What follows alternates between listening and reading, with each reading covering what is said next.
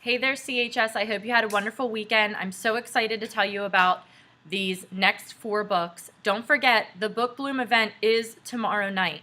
Now, I will be out of the building during the day tomorrow, but I will be back in the building after school and we'll be setting up and getting things ready for the Book Bloom. The doors open on the cafeteria. That's the way you should come in at 6:30. And you'll get your tickets and head right into the Book Bloom. There's going to be all kinds of food. Chef Bill is awesome. He makes delicious stuff. He'll be there. They'll start the talent show. It's going to be a really cool night. All you need is a used book at the door that you don't want anymore. That's your ticket to get into everything. So, the first book I want to tell you about is called Bomb: The Race to Build and Steal the World's Most Dangerous Weapon by Steve Sheinkin.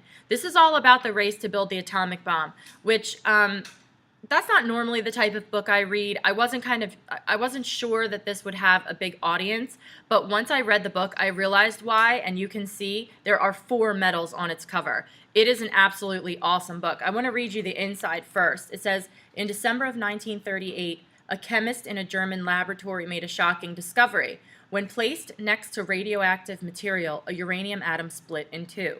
That simple discovery, dealing with the tiniest of particles, launched a cutthroat race that would span 3 continents.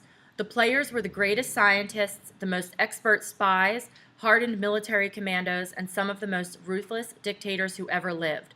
The prize, military dominance over the entire world. This is the story of the plotting, the risk-taking, the deceit, and genius that created the world's most formidable weapon. This is the story of the atomic bomb. So it's such a great book. I was surprised how much I loved it. There's pictures all the way through kind of giving you like the players in the story. It's all about spies and murder and espionage. And it isn't a story that's told as if you're reading like some kind of a textbook about the event. It's a story where it reads like something from James Patterson or something from Dan Brown.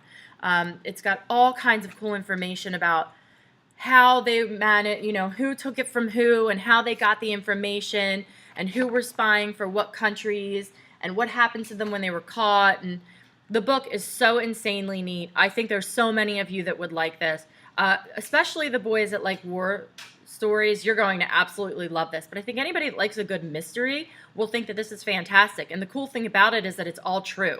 This is a completely true story. So this is called Bomb by Steve Sheinkin. The next book that I want to tell you about, this is part of a series, and this is the first in the series. It's by Alexander Gordon Smith, and it's called Lockdown: Escape from the Furnace.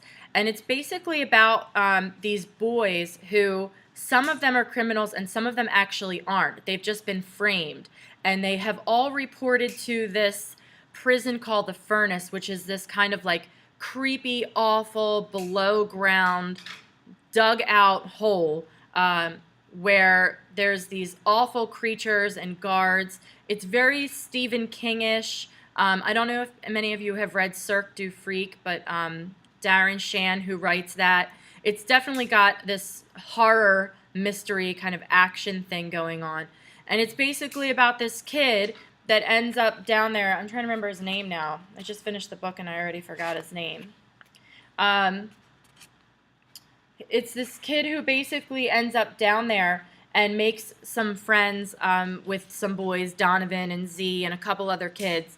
And they're determined to not live out their lives in the furnace, that they're going to find an escape. But they're underground, they don't know how to get out, and their job becomes trying to find a way to escape. So this is the first in the series.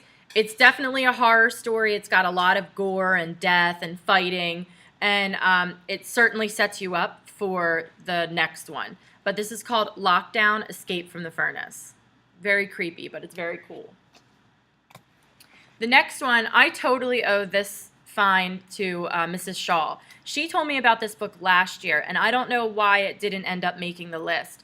But I'm so glad that I kept a note about it and put it on the list this year. You can see this also has won 2 awards. This is called Shipbreaker. It's by Paolo Blagajevsky. I can't say his last name, but it doesn't really matter.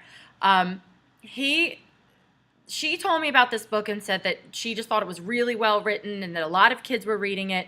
And I'm so glad that I went and picked up this book again because I absolutely loved it. It's kind of set, I assume, like in the future, where our country's really been ravaged and destroyed by what seems to be like maybe global warming, or like it seems like weather disasters where like a lot of the country is underwater. He's working specifically in New Orleans, which is like near the Gulf of Mexico, down near Florida, where a lot of those big hurricanes come through. And this guy, Naylor, works on a crew where their job is basically to take apart the metal and the copper and anything that they can off of ships that have beached, that they're trying to scavenge basically for money, for metal that they can sell to people who have more money that they can use to turn into other things. And it's this totally cutthroat business where basically people die and they just let them die. People will slit your throat for a round of copper so that they can use the money. And Naylor finds himself coming upon a clipper ship, which are the gorgeous ships that what they call the swanks, or the people who are still rich. He comes upon one of those, and it's been messed up in a storm, and it's beached. And they start going through it to scavenge it when he finds somebody still alive on it. And now the question is, does he just kill the person and scavenge the ship and take the money, or does he hold on to the person and help them, hoping that there's a bigger reward? And the adventure that ensues after that is a really interesting one. So this is called Shipbreaker by Paolo Bisvisvisi. The last one I want to tell you about, I love when I make a very last edition and it pays off because I'm so in love with this book.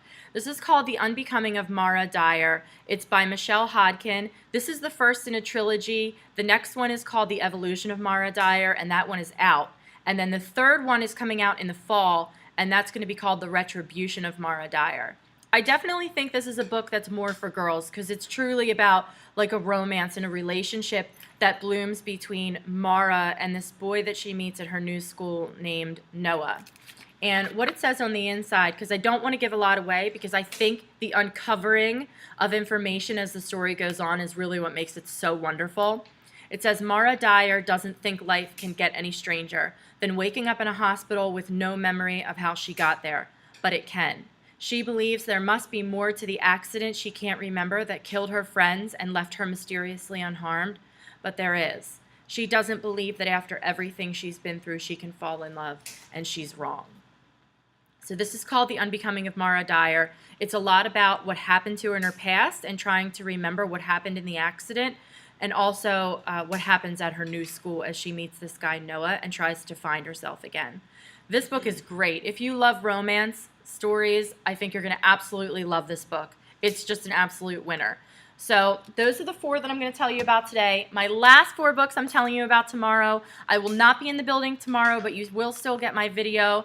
I hope so much to see you there. We get these books hoping that you will love them and that you will come and get them. And this is the most exciting part of this job, is getting to see you pick up the books and read them. So tomorrow I will tell you about the last 4, and then hopefully I will see you tomorrow night.